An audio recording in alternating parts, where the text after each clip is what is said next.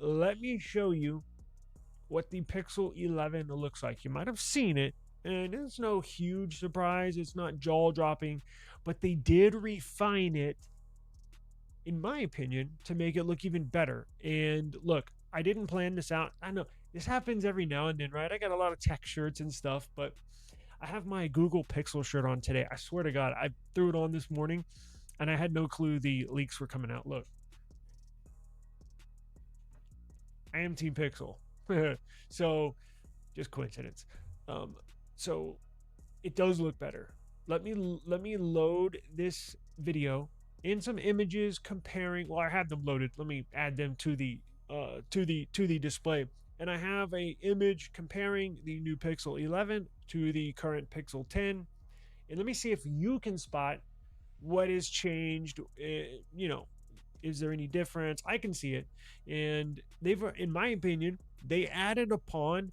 I think the Google Pixel is probably the best looking smartphone out right now. And it might be up there in the top 3 with best looking ever. I know it's personal opinion. I know some are like, it's all right, but I love it. And that's probably the reason why I criticize them so much, because I think they have something. They have a smartphone that could be like one of the best smartphone lines in the history of smartphones, in the young history, right? We're relatively young in smartphone world. We've only had real smartphones for like 10 years, right? What are we going to be at? What is it going to be like in 50 years? 50 years when I'm 90 years old? Are we going to say, geez, man, that Pixel 11, wow, what a classic device, right? They could have. They sure nailed it on the looks, and we're going to talk about specs. Let me shut up and load this so we can all take a look. So here's the Pixel 11.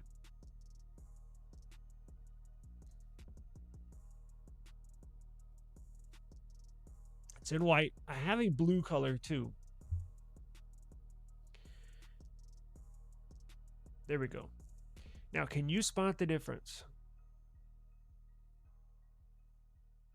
Can you spot the difference? Pretty freaking nice. Beautiful looking phone. Now, this is the Pixel 10. Jesus Christ. It looks like a Pixel 10.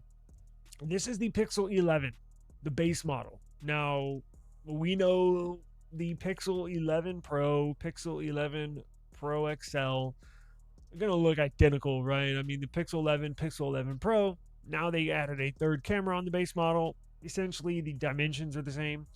And then with the XL, you'll get the same looking phone, just bigger. And I think the only difference between the Pro and the Pro XL, obviously, is battery and charging speeds. So the Pro XL, I believe, charges at 45 watts, and the base Pro, just the smaller Pro, I think they charge at 30 watts, which, come on, like, bump it up. Really, would you? It's kind of embarrassing.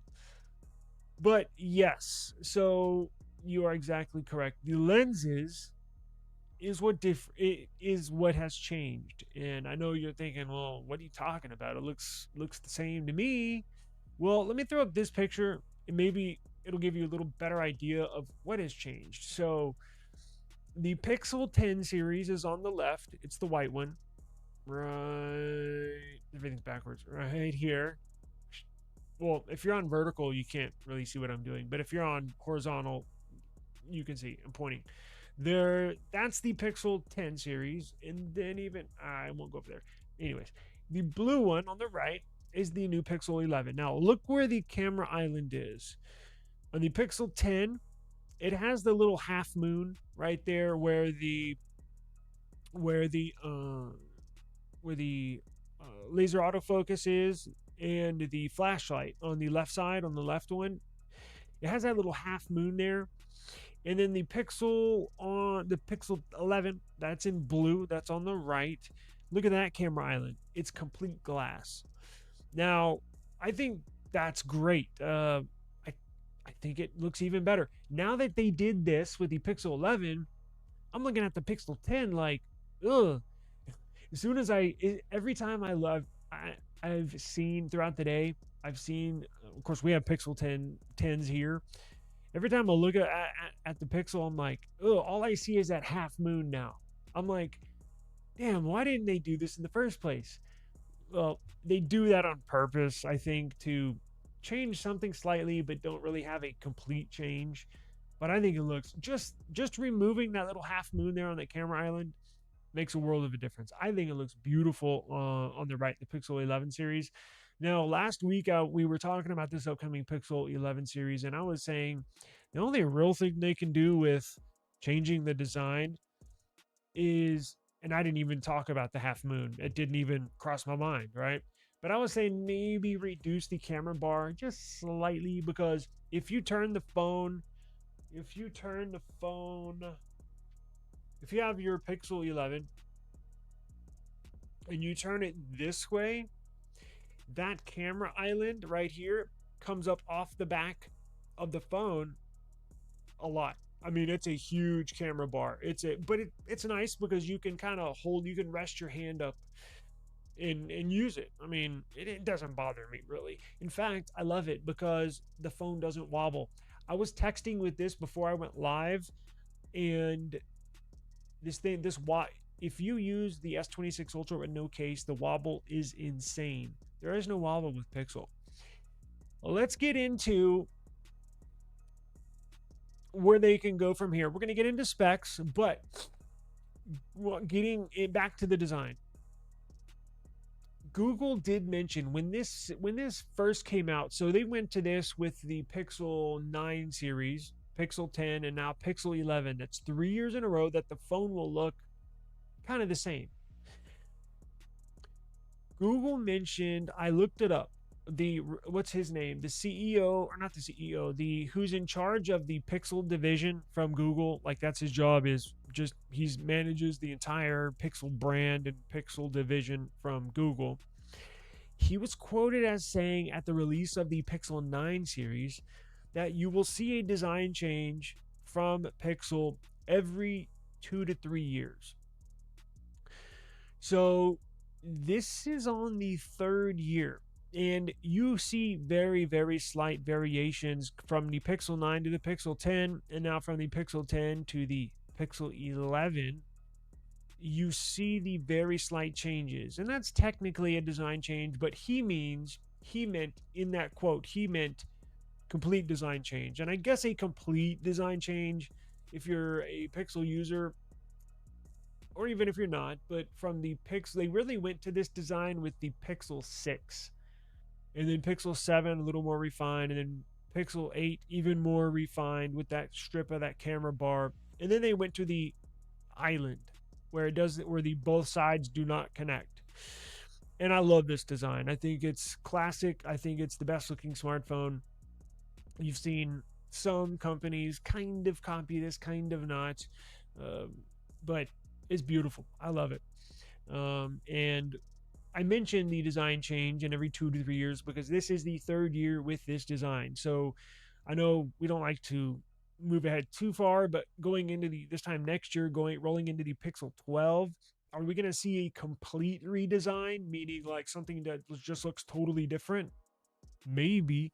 I mean, going by what he said 2 to 3 years, and this is the 3rd year. So we'll revisit this a year from now. But beautiful looking device. Cannot wait. But let's get into the specs, and then I'll get into my gripes. I'm kind of jumping all over the place. Yeah. But let's get into the specs. What's going on, man? Nothing phone update. I did not get it today. The bastards. Not nothing. FedEx. It's been at the FedEx warehouse all weekend, and I thought I was getting it today. And now it says delivery scheduled for tomorrow, Tuesday. Anyways.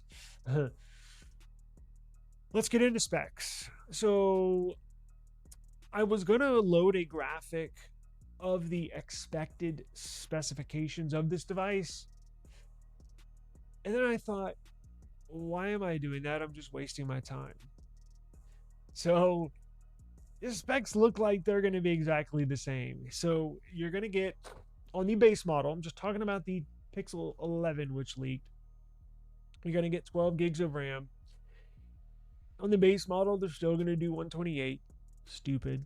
On the Pro and the Pro XL, Pixel 11 Pro, Pixel 11 Pro XL, they're going to do a base 256, and then they're going to get 16 gigs of RAM like previous models. You're going to get the Tensor G6, not much to brag about, CPU. And here's a kind of a downer, but kind of a we'll see where this goes. I got well, I'm not going to say confirmation, but yesterday I mentioned when I did my CPU comparison between the Samsung Exynos 2600 and the Snapdragon 8 Elite Gen 5, the topic of GPU came up. And I was mentioning the fact that Google might implement a new GPU that's designed by Samsung, because the CPU, the Exynos 2600 that's in the base S26 and S26 Plus, it can ramp up, it can score some really good points on these benchmark tests, but it looks like it still overheats. It looks like it still gets hot, and then the CPU ramps down, right, because of thermal throttling. But the GPU scored fantastic. And there was talks that Google might implement a Samsung GPU into the Pixel 11. Ironically, we were talking about that yesterday. Well, it looks like today we got word. Now, it's not confirmed, it's not signed, sealed, and delivered, but it looks like this is the route they're going. They're going to do the same Power VR GPU, the Immortals Power VR GPU. Now, it's not going to be the same model. From what I understand, little inside information, nothing groundbreaking or anything, but they're not happy with the GPU. They're not happy with the performance. They got started on the right off the bat. They got off to on the wrong foot with the GPU, because do you remember right when this Pixel 10 launched with the Power VR series from Immortals, the GPU, it didn't even have the right drivers right off of the bat, and it took them like 3 months to update the drivers. Even after all these months and all these updates, it's still not where it should be. Now, did it improve? Yes, but not drastically, right? Well, apparently some people at Team Pixel, they're not happy, but they really don't have any options. Like a lot of these things, they can't. Sometimes some companies can jump year to year, do this, do that, but a lot of these companies sign contracts with nothing. That they signed a 3-year deal with Snapdragon, where Snapdragon provides them with CPUs for 3 releases, 3 launches of devices. And I think Google signed either they signed a multi-year deal with Immortals GPU, the Power VR GPU, or they just don't have any options. That can be another issue, where they just, I mean, maybe they do have another option. Maybe they could go with a Samsung Mali GPU, but maybe the price is almost twice as expensive. You know what I'm saying? Like, that might not fit into the equation. So they're going to go with another Immortals Power VR GPU. However, it's going to be a new model, a new generation, a new platform from Immortals Power VR GPU series. You see what I'm saying? So we'll have to wait and see where this goes. Look, I don't have much faith in. It kind of is what it is at this point with Google and the Pixels, and that's why maybe I criticize them a little too much. But I expect perfection, and I know no smartphone is perfect, but it's these little things that really frustrate me and get me upset, because how is it Google has these issues with their Pixel and Samsung doesn't have a problem, Apple doesn't have a problem? And I know it's a little more difficult than that because their GPUs are kind of integrated with their CPUs, and it's probably where the issue sprouts from, honestly, is the CPU. But they're not changing the CPU, right? We're not getting a MediaTek CPU in the Pixel 11. We're not getting a Snapdragon CPU in the Pixel 11 or the Pixel 12. It's just not happening. So that's what I'm saying. They kind of hamstrung. They're kind of box themselves in a corner where, man, I have any other options. So they went back to Immortals and said, look, we got to get this right because Pixel 10, uh, that's kind of embarrassing. So, but basically all the other specs are going to be the same.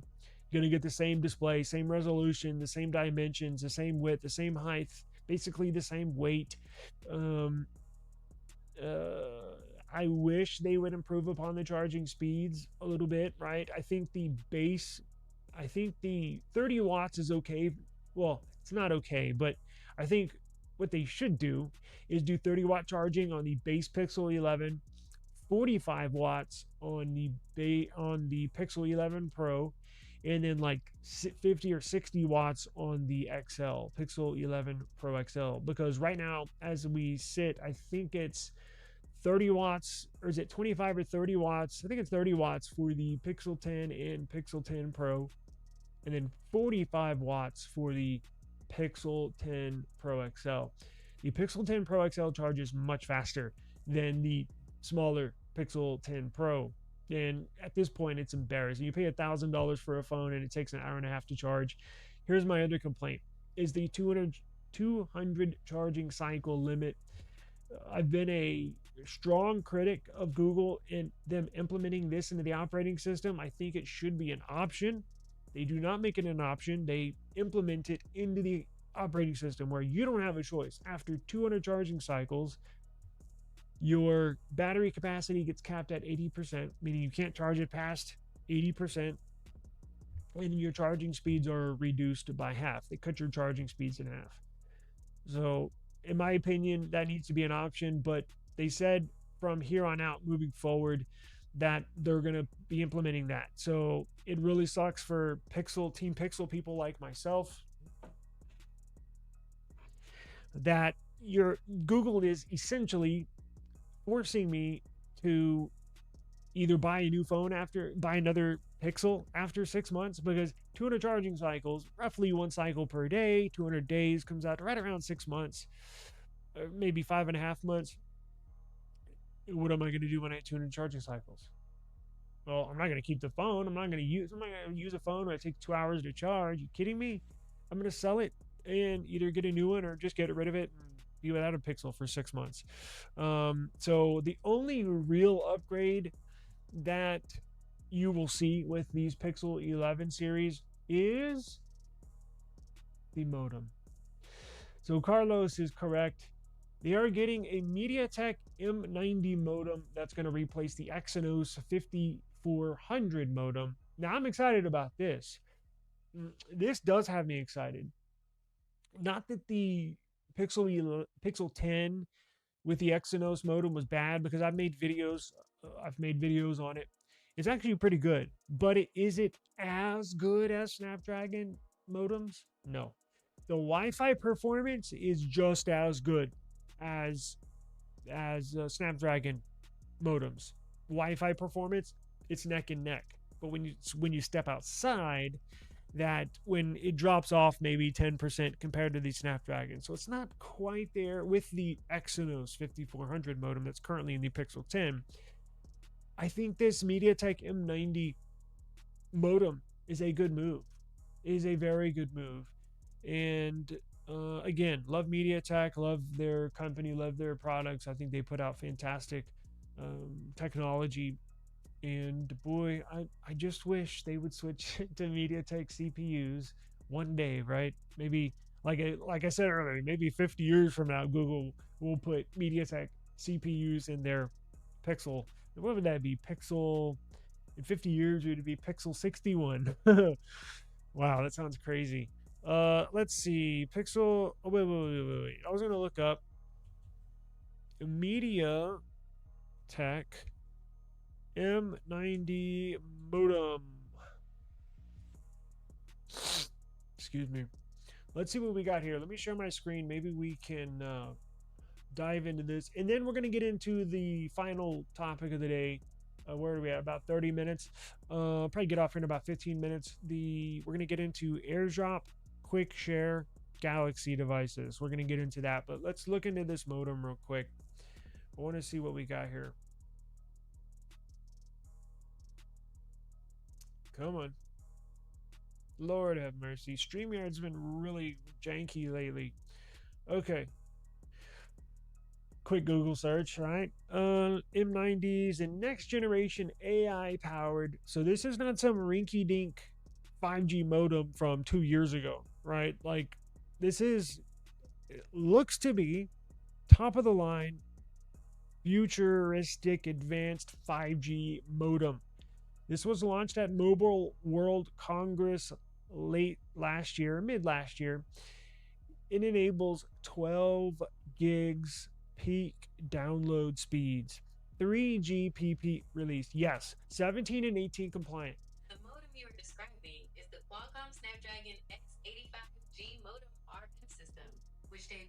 What the hell is going on? Crazy.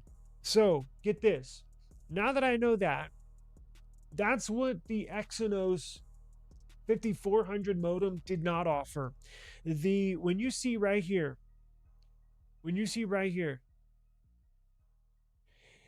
18, that is the standalone Series 18. That's the standalone 5G network compatibility from T-Mobile that the Exynos 5400 does not get. You know how all these Snapdragon CPUs now, and even Apple, the latest Apple modem from the iPhone 17 series, they get the latest T-Mobile 5G network. But the Pixel 10 did not, because the Exynos 5400 modem that's currently in the Pixel 10 series does not get T-Mobile's standalone 5G network. It only gets up to Series 17 release.